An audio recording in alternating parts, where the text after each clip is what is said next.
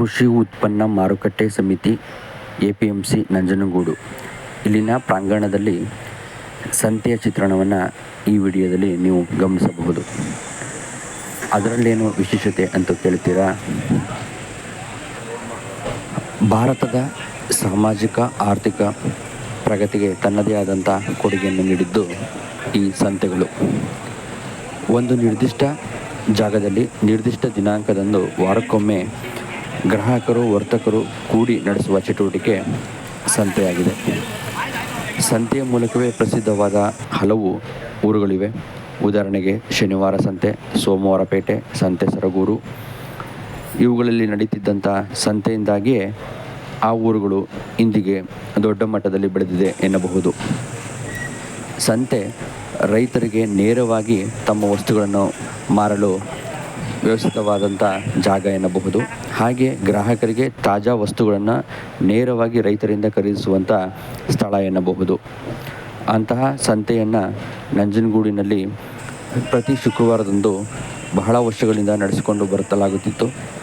COVID-19 ಸಮಯದಲ್ಲಿ ಆರೋಗ್ಯದ ದೃಷ್ಟಿಯಿಂದ ಇದನ್ನು ತಾತ್ಕಾಲಿಕವಾಗಿ ನಿಲ್ಲಿಸಲಾಗಿತ್ತು.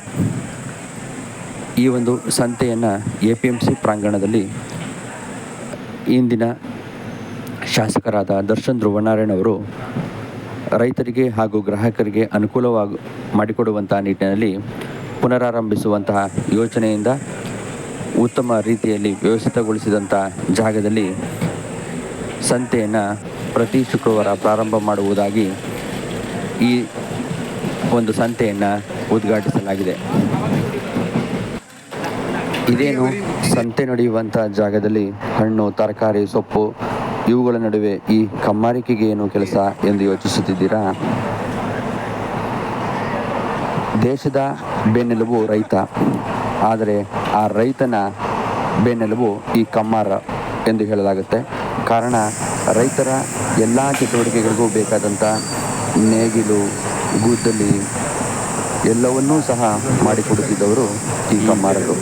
ಹೀಗಾಗಿ ಕಮ್ಮಾರರು ರೈತರ ಬೆನ್ನೆಲುಬು ಎಂದರೆ ತಪ್ಪಾಗಲಾರದು. ಇದು ಮಟನ್ನು ಚಿಕನ್ನು ಸರಿಯಾದ ಸಾಮಗ್ರಿ. ಇದು ಮಟನ್ ಚಿಕನ್ ಸರಿಯಾದ ಸಾಮಗ್ರಿ.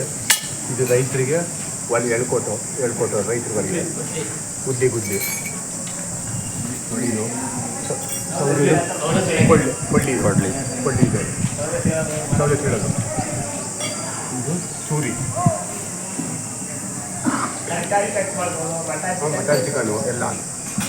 ಇದು ಕಳ್ಕೊಟ್ಟು ಅಂತ ಎಳಸೆ ಮಾಡೋದು. ಇದು ಬದ್ನೆ ಗಿಡ ಇರ್ತದೆ, ಟೊಮೆಟೊ ಗಿಡ ಇರ್ತದೆ, ಅದೆಲ್ಲ ಸೆತ್ತೆಲ್ಲ ಬೇಕಾಗಿರ್ತದೆ. ಅದೆಲ್ಲ